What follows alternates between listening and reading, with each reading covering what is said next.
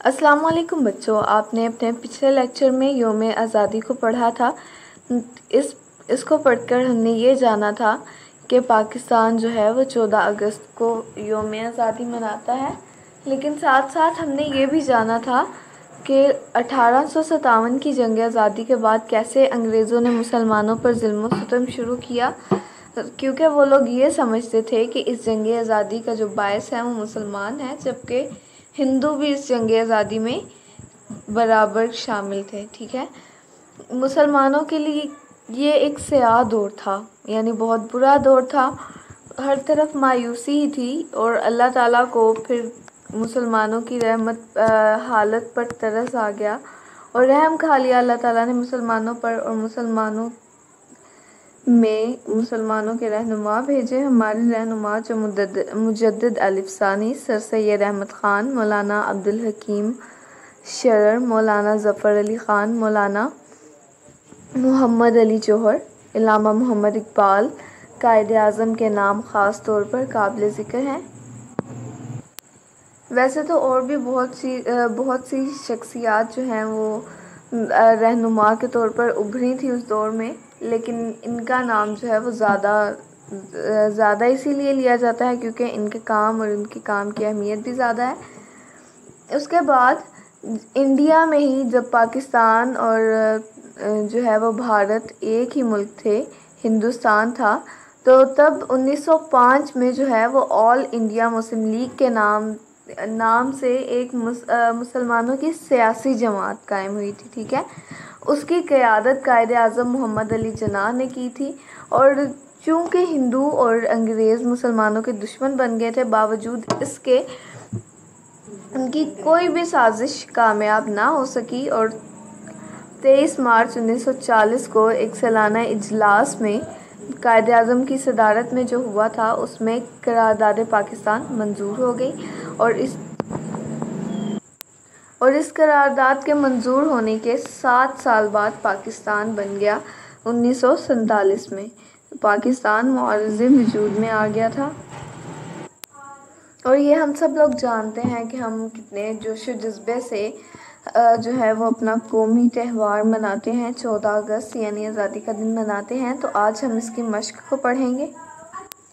इसकी मश्क को पढ़ते हैं तो सबसे पहले सवाल नंबर 1 क्या है, मदरज झैल सवालात के जवाबात दें।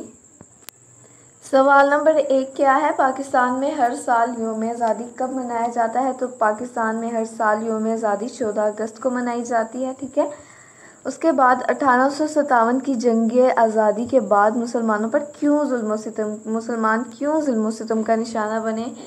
क्योंकि नाकाम जंग आज़ादी थी तो हिंदुओं ने सारी जिम्मेदारी जो है वो मुसलमानों के कंधों पर डाल दी थी। अंग्रेज़ भी यही समझते थे, इसीलिए अंग्रेज़ों ने मुसलमानों पर जुल्म सितम करना शुरू कर दिए।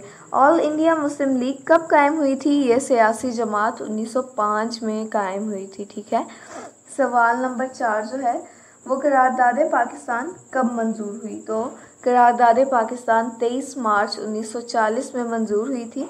कायदे आज़म की सरबराही में जो इजलास मुनक्कद हुआ था उसमें मंजूर हुई थी। ठीक है, तहरीक पाकिस्तान के कोई 5 रहनुमाओं के नाम लिखने हैं आपने।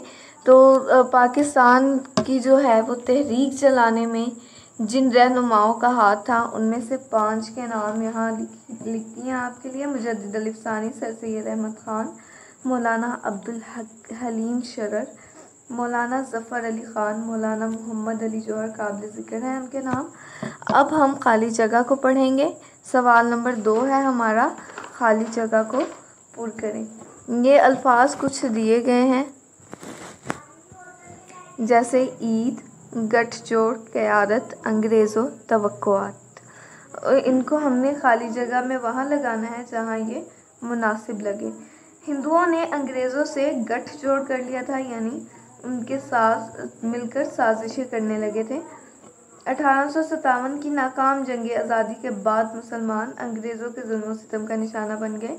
मुस्लिम लीग ने कायदे आज़म की वलवला अंगेज़ क़यादत में आज़ादी की तहरीक शुरू कर दी। यौम आज़ादी को पूरे मुल्क में ईद का समा होता है।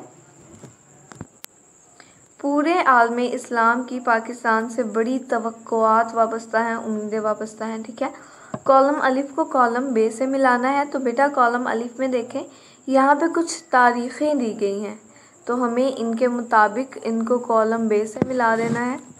इन तारीख़ों के मुताबिक जैसे 1857 में क्या हुआ था बेटा, नाकाम जंग आज़ादी, जिसमें मुसलमानों को हार हो गई थी। उसके बाद 1905 में क्या हुआ था, ये भी हमने पढ़ा कि 1905 में मुस्लिम लीग बनी थी। 23 मार्च 1940 में क्या हुआ था, करारदाद पाकिस्तान मंजूर हो गई थी। 14 अगस्त 1947 में क़याम पाकिस्तान यानी पाकिस्तान बना था। और पाकिस्तान क्या है जी, इस्लाम का किला है।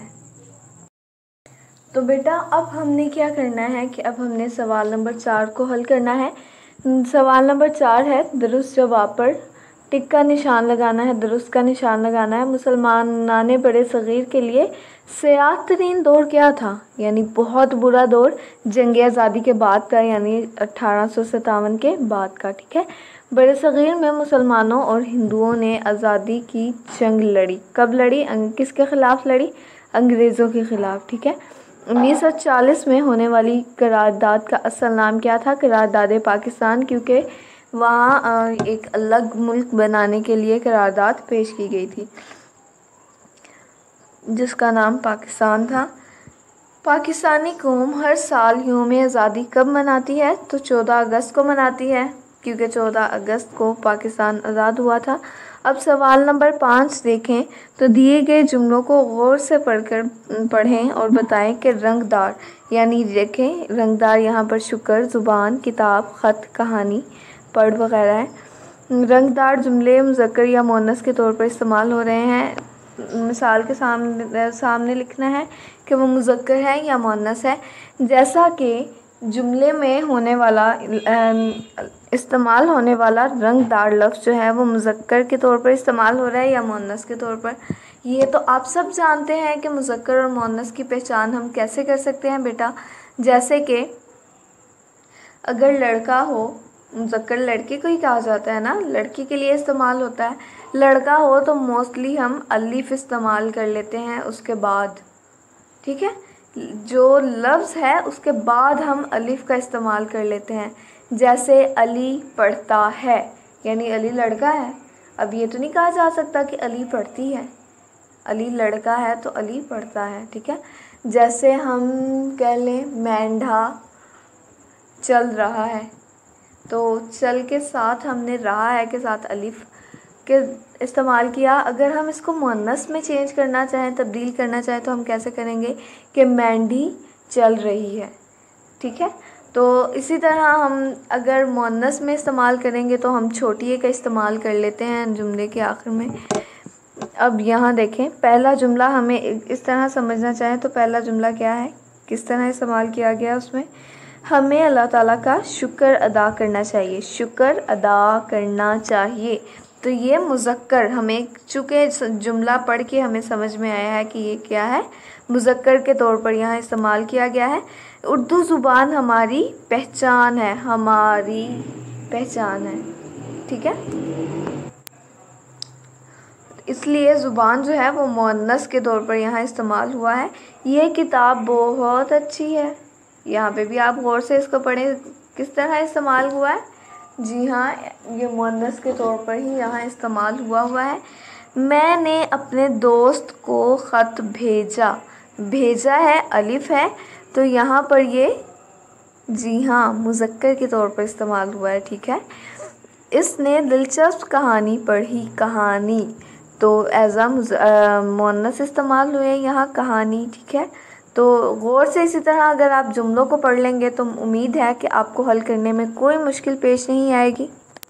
ये जो बाकी की 2-3 मिसालें हैं ये आप खुद हल करें। आमिर ने एक लंबा मज़मून लिखा, राशिदा ने चारपाई बिछाई, हम सब ने वक्त पर नमाज अदा की। अब देखें, मदरजा ज़ैल तरकीब व मुहावरात को जुमलों में इस्तेमाल करना है। तरकीब मुहावरात, ये हमारे पास कुछ तरकीब हैं। ठीक है, ये हम ख़ास मौके पर इस्तेमाल करते हैं ऐसे लफ्ज़ जैसे तड़प पैदा कर देना, जज्बा पैदा कर देना। एक दो मैं आपको ज़ुबानी बता दूँगी, बाकी आपने ख़ुद बनाने हैं। जैसे जज्बा पैदा कर देना, कायदे आज़म की क़यादत ने, वलवला अंगेज़ क़यादत ने मुसलमानों के दिल में आज़ादी की तड़प को पैदा किया। ठीक है। ज़लील होना, बेइज़्ज़त हो जाना, ज़लील व ख़वार होना इसी मायनों में आएगा, बेइज़्ज़त हो जाना। चालाक होना, होशियार होना। ठीक है। गठजोड़ करना, साजिश करना मिलकर किसी के साथ। स्याह दौर यानी बहुत बुरा दौर, भयानक दौर। ठीक है। तो एक मैंने आपके लिए बना दिया, बाकी के 4 आप खुद बनाएंगे। उम्मीद है कि आपको समझ में आया होगा जो आज हमने पढ़ा। हमने मदरजा ज़ैल सवालात के जवाबात में पढ़ा। खाली जगह पुर करें, दुरुस्त कॉलम अलिफ को कॉलम बे से मिलाना है, दुरुस्त जवाब पर टिक का निशान लगाना है और जुमलों को गौर से पढ़कर बताना था मुज़क्कर या मुअन्नस कौन से हैं, उनमें बतौर मुज़क्कर या मुअन्नस क्या इस्तेमाल हुआ है। उसके बाद हमने तराकीब या मुहावरात को जुमलों में इस्तेमाल किया। ठीक है। उम्मीद है आपको आज का लेक्चर पसंद आया होगा, समझ में आया होगा। बाकी का हम इंशाल्लाह कल पढ़ेंगे। अल्लाह हाफ़िज़।